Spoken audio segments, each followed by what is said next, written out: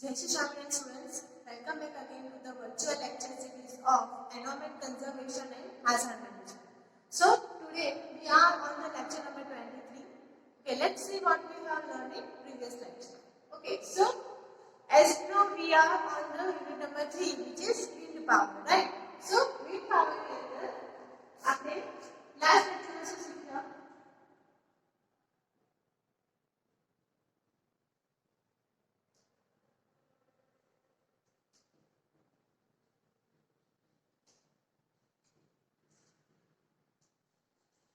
So, control system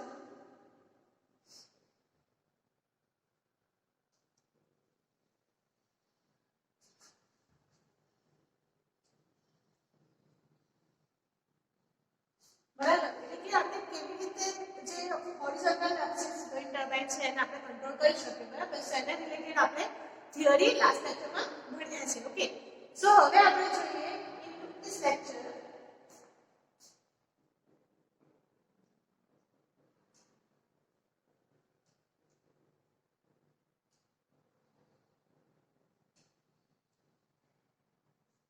we are going to study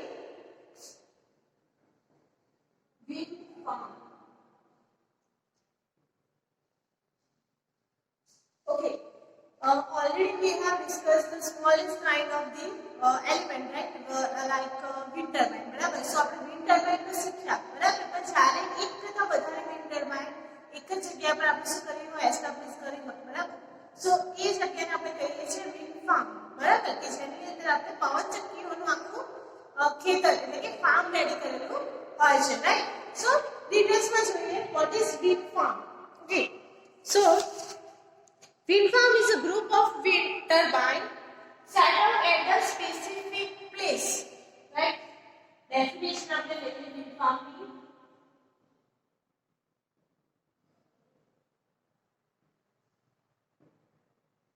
a group of wind turbine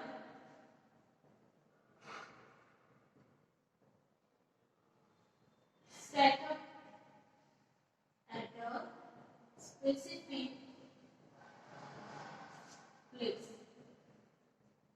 બરાબર that means કે જ્યારે આપણે એક કરતા વધારે wind turbine ગ્રુપ કરેલું હોય અને એને એક સ્પેસિફિક જગ્યા ઉપર બરાબર એને શું કરીએ છીએ આપણે સેટઅપ કરીએ છીએ બરાબર used for the production of the electric power. For what? So for used to generate electric power. બરાબર ઇલેક્ટ્રિક પાવર જનરેશન માટે આપણે wind farm ને બનાવતા હોય છે ઓકે સો ફર્ધર આપણે એની અંદર જોવા જઈએ તો શું આવે છે many power generating windmills are collecting installed in a place બરાબર કે જે પણ મોટા ભાગની પાવર ટર્બાઇન્સ છે એને આપણે શું કરીએ છીએ એવી જગ્યા પર આપણે બનાવીએ છીએ જ્યાં આગળ ઇલેક્ટ્રિસિટી પાવર આપણને બહારના સોર્સથી મળતો નથી બરાબર કે રિમોટ લોકેશન્સ છે તમને પહેલા જ આપણે જ્યારે સ્ટાર્ટિંગ કરો એ લોકો કીધું કે વિન્ડ પાવર આપણે ક્યારે જરૂર પડે કે જે જગ્યા પર ઇલેક્ટ્રિસિટી પહોંચાડવી કેવી હોય છે બહુ જ મુશ્કેલ હોય છે બરાબર સો એવા કન્ડિશનની અંદર આપણે વિન્ડ મિલની સ્થાપના કરીએ છીએ to generate electricity બરાબર okay after that coastal areas with high wind power velocity બરાબર જેની જેમ કે coastal areas છે લાઈક દરિયા કાંઠાના જે વિસ્તારો છે બરાબર સો એટલા એરિયાઝમાં આપણે મોસ્ટ ઓફ ધી જે પાવર કન્ઝમ્પશન છે વિન્ડ પાવર બરાબર એ આપણે લઈ શકીએ છીએ ઓકે સો એના કારણે આપણને સારી એવી ક્વોન્ટિટીની અંદર વિન્ડની ઇલેક્ટ્રિસિટી જનરેશન મળતું હોય છે રાઈટ સો સૌથી વધારે જે સેટઅપ હોય છે આપણા ગુજરાતની અંદર તો ક્યાં હોય છે કચ્છ એન્ડ સૌરાષ્ટ્ર રાઈટ એ જગ્યા પર આપણે ગુજરાતની અંદર સૌથી વધારે કાઇન્ડ ઓફ વિન્ડ ફાર્મની આપણે જનરેશન કરેલું છે બરાબર કે કચ્છ અને સૌરાષ્ટ્રની અંદર બરાબર ઓકે સો આગળ આપણે જોઈએ So 24 wind turbines have been set up in Manvi, Kutch. So here are 24 wind turbines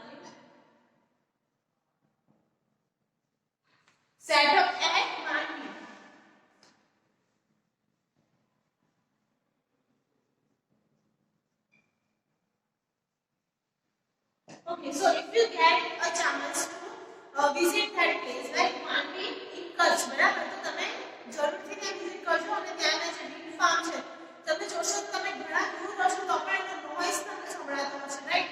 અને એ જે સ્પીડ છે, બરાબર, વિન્ડ પાવરની, બરાબર, તે સ્પીડ તમને ત્યાં આગળ એક અહેસાસ થતો રહેશે, બરાબર? સો it is the place where larger sizes of wind turbines has established.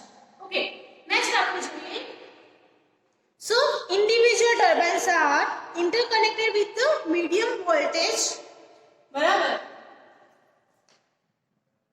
interconnected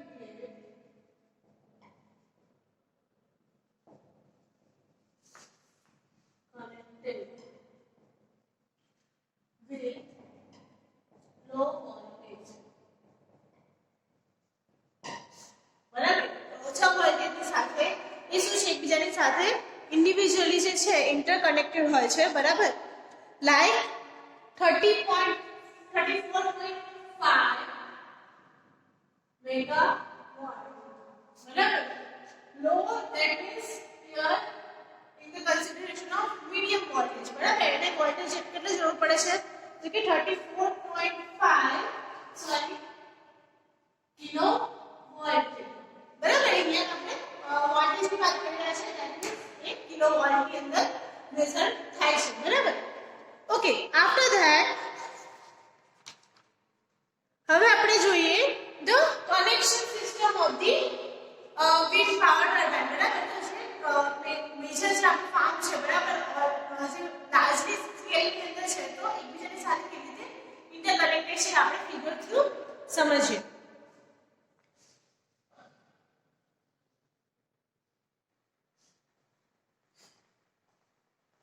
okay, સો હવે આપણે આગળ જોઈએ તો મેં અહીંયા આગળ બે ડાયાગ્રામ ડ્રો કરેલા છે, રાઈટ? ધ ફર્સ્ટ ડાયાગ્રામ છે related to the block diagram of wind electrical system, બરાબર.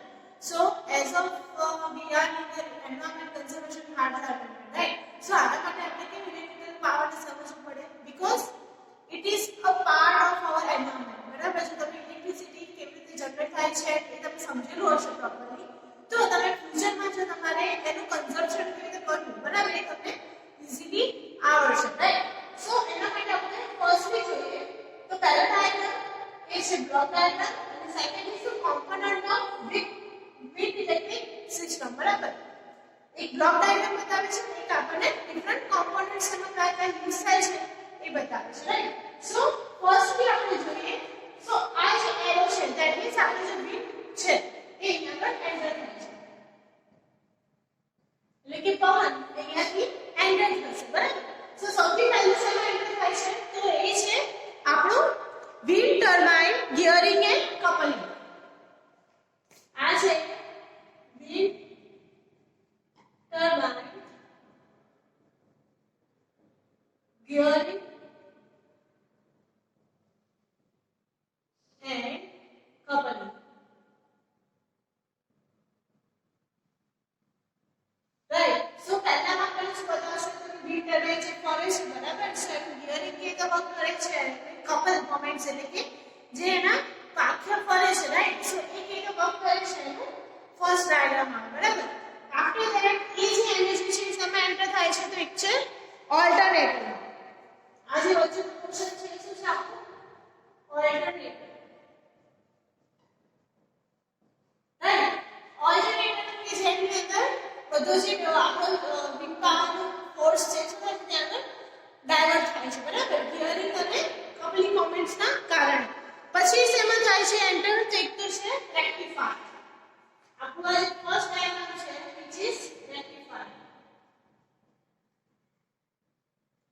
કે જેની અંદર શું થાય છે આપણને એનું ઇલેક્ટ્રિસિટીમાં જનરેટ કરવાનું ફર્સ્ટ જે કોમ્પોનન્ટ જે કહેવાય એ છે આપણું રેક્ટિફાયર, કે જેની અંદર જે બીટ ફોર્સ આવતો હોય, બરાબર, એ શું થાય છે મિકેનિકલી ટ્રીટેડ થાય છે અને એને આપણે રેક્ટિફાયર થ્રુ જનરેટ કરાવી શકીએ છીએ. ઓકે, એ રેક્ટિફાયર થી એ જશે આપણું ડીસી, આપણું જે एक्चुअल करंट છે, બરાબર, એટલે કે એસી કરંટ છે it converts into the DC current, બરાબર.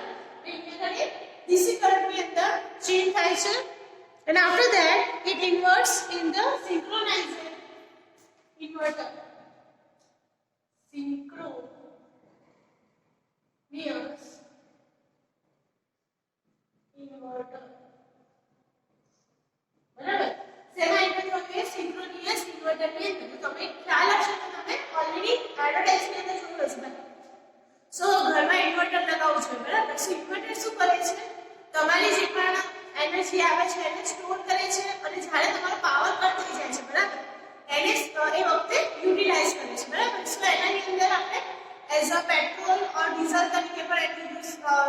જે ઇંધણ છે આપણે યુઝ કરી શકતા હોય છે બરાબર ફ્યુલ યુઝ થતું હોય છે અને ઇન્વર્ટર શેના માટે યુઝ થાય છે તો એનર્જી છે એને કન્વર્ટ કરવા માટે બરાબર સો અહીંયા આપણે સિન્ક્રોનિયસ ઇન્વર્ટરનો યુઝ કરતા હોઈએ છે ઓકે એ પછી એ શેમાં એન્ટર થાય છે તો 3 ફેઝ એટલે કે અહીંયા તમે જોઈ શકો છો કે એક અહીંયા કનેક્શન આપેલું છે ફર્સ્ટ માં સેકન્ડ ફેઝ અને થર્ડ ફેઝ બરાબર ધેટ મીન્સ 3 ફેઝ થ્રુ આપણે એને શું કરીએ છીએ એનર્જીને ડિસ્ટ્રીબ્યુટ કરે છે બરાબર 3 ફેઝ ગ્રીડ અહીંયા આગળ આપણે એને કહી શકીએ છીએ એટલે કે ફેઝ ગ્રીડ બીકોઝ અહીંયા ગ્રીડ જેવો બને છે બરાબર એક બોક્સ જેવું રિપેર થાય છે બરાબર that's why it is the 3 phase grid બરાબર okay after that let's see about the components of grid electric system બરાબર પહેલા આપણે ફરીથી એક વખત રિપીટ કરીશું બાદ પછી જોઈએ આપણે અત્યારે તો કોમ્પોનન્ટ્સ ની અંદર જે આ પહેલું કોમ્પોનન્ટ છે શું છે આપણું વિન્ડ ટર્બાઇન બરાબર VWT that means wind turbine okay WT પછી ઓલ્ટરનેટર માટે આપણે શું યુઝ કરીએ છીએ which is the GC જેને આપણે ગિયરિંગ એન્ડ કપલિંગ કહીએ છીએ ગિયરિંગ એન્ડ કપલિંગ બરાબર સો એ કેમાં ઇન્ક્લુડ થયું હવે ગિયરિંગ એન્ડ કપલિંગ ની અંદર પછી શેમાં આવે છે તો કે EG ની અંદર બરાબર EG મતલબ ઇલેક્ટ્રિકલ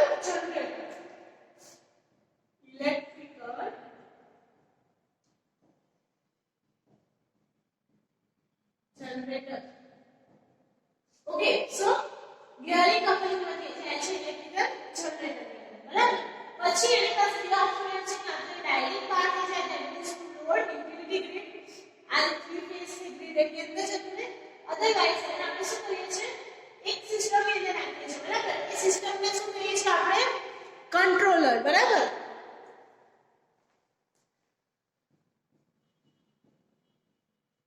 જો ઓવર પાવર થતું હોય બરાબર કે આપણી બીમ વેલોસિટી બહુ હાઈ થઈ ગઈ છે સો એ કન્ડિશન આપણે શું કરવું પડશે એને કંટ્રોલ કરવા પડશે સો એને કંટ્રોલ થ્રુ આપણે એને કંટ્રોલ કરી યુટિલાઇઝ કરી શકીશું ઓકે હવે અહીંયા જોઈએ તો વિન્ડ ટર્બાઇન ની અંદર આપણે શું આપીએ છીએ યોક કંટ્રોલ સિસ્ટમ બરાબર બીકોઝ એનું મૂવમેન્ટ વર્ટિકલ ડાયરેક્શનમાં ના થાય એટલા માટે પછી કંટ્રોલિંગ સિસ્ટમમાં એને આપણે મોકલતા હોય છે રાઈટ બરાબર તો કે આ જે વિન્ડ છે જો વધારે પડતી હશે તો એને આપણે શું કરીએ છીએ કંટ્રોલરમાં મૂકીએ છીએ પછી એ શું કરે છે ડાયરેક્ટલી યુટિલિટી તરીકે જતું રહે છે બરાબર એ સિવાય જો કંટ્રોલ સિગ્નલ બરાબર હશે તો પાછું નીચેની અંદર આવશે એટલે કે ઇલેક્ટ્રિકલ જનરેટરની અંદર અને લોડ યુટિલિટી ગ્રીડની અંદર એ જાય છે ઓકે ફરીથી એક વખત આપણે સિસ્ટમ સમજી લઈએ વિન્ડમાંથી જો વિન્ડ ટર્બાઇનમાંથી બરાબર વિન્ડ ક્યાં જાય છે પહેલા વિન્ડ ટર્બાઇન ની અંદર વિન્ડ ટર્બાઇન માંથી જાય છે ગિયરિંગ એન્ડ કપલિંગ ની અંદર બરાબર કે જેના થ્રુ મિકેનિકલ એનર્જીમાં જનરેટ થઈ ગયા પછી ફોર્સ આવે એટલે આપણે મિકેનિકલમાં જનરેશન કરી દીધું આફ્ટર ધેટ ઇલેક્ટ્રિકલ જનરેટરમાં જાય છે બરાબર મિકેનિકલમાંથી ઇલેક્ટ્રિકલમાં કન્વર્ટ થયું ઓકે પછી જનરેટેડ ટેમ્પરેચર એટલે કે જો ટેમ્પરેચર રાઇઝ થતું હશે તો એને આપણે કંટ્રોલ સિસ્ટમમાં મોકલવું પડશે કંટ્રોલ સિસ્ટમમાંથી એને પાછું મોકલવું પડે wind turbine right so control થયેલી એર અહીંયા આગળ પાછી બેકઅપ થશે રાઈટ એવી રીતે એક આખો ફ્લો જનરેટ થતો હશે આ રીતે આપણે different components of the wind electric system okay again આપણે બંનેને જોઈએ સો વર્ક ડાયાગ્રામની અંદર તમને બેઝિક કઈ રીતે સિસ્ટમ વર્ક કરે છે બતાવે છે અને કોમ્પોનન્ટ્સ ની અંદર કયા કયા કોમ્પોનન્ટ્સ ઇન્વોલ્વ થયેલા છે એ તમને સમજાવવામાં આવે છે ઓકે હોપફુલી તમને આ ડાયાગ્રામ સમજમાં આવ્યો હોય રાઈટ ઓકે હવે થોડું ડિટેલમાં જોઈએ આગળ હવે જે વિન્ડ ફાર્મ છે બરાબર એની અંદર જે વિન્ડ વ્હીલ્સ છે એ શું થાય છે ઓટોમેટિકલી જ રન થતી હોય છે બરાબર બીકોઝ સાથે આટલા માટે આપણે કશું એક્સ્ટ્રા એફર્ટ આપવી પડતી નથી બીકોઝ વિન્ડ આવે છે એની જ એનર્જીને આપણે શું કરીએ છીએ કન્વર્ટ ઇઝીલી એ કરતું રહે છે સિંગલ ફ્લોની અંદર બરાબર many countries in the world including India wind farms and generate electric powers बहुत many countries like India has already welcomed this kind of system and they have established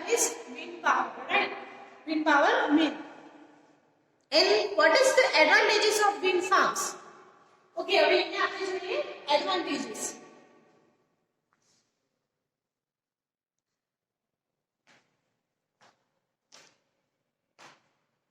Okay, so advantages of wind power farm ની અંદર આપણે જોઈએ. So સૌથી પહેલો advantage શું આવે તો એ wind energy ને કન્વર્ટ કરે છે ઇલેક્ટ્રિસિટી ની અંદર, બરાબર. So clear આવ્યું કે એ શું કરે છે તો કે જે wind energy છે એને ઇલેક્ટ્રિસિટી માં કન્વર્ટ કરી આપે છે.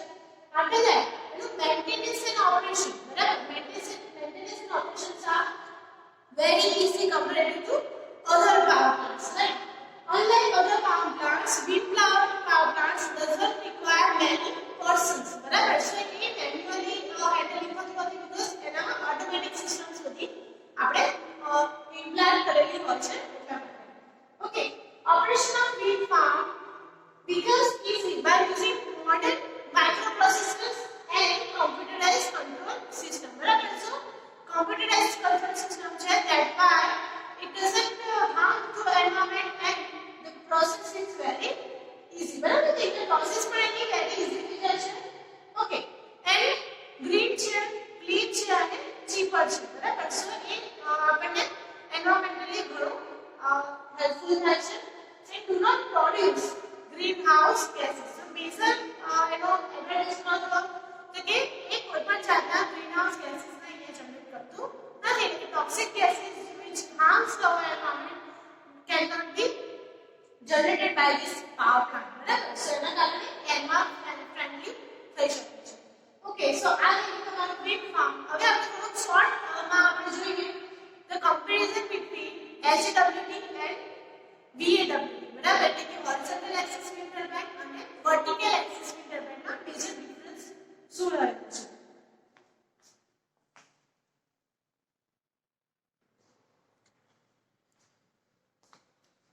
ઓકે, સો હવે આપણે જોઈએ difference between horizontal axis wind અને વર્ટિકલ એક્સિસ વિન્ડ, બરાબર. સો તમને એક તો મેજર ધ્યાન તમારામાં આવવું જોઈએ બીકોઝ એ હોરિઝોન્ટલ એક્સિસ છે અને એક તો છે અહીંયા વર્ટિકલ એક્સિસ, બરાબર.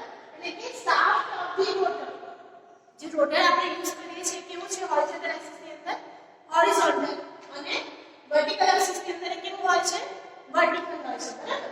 After that wheel tower is required, બરાબર. તો તમને ખ્યાલ હશે કે જે હોરિઝોન્ટલ એક્સિસ હોય છે, બરાબર.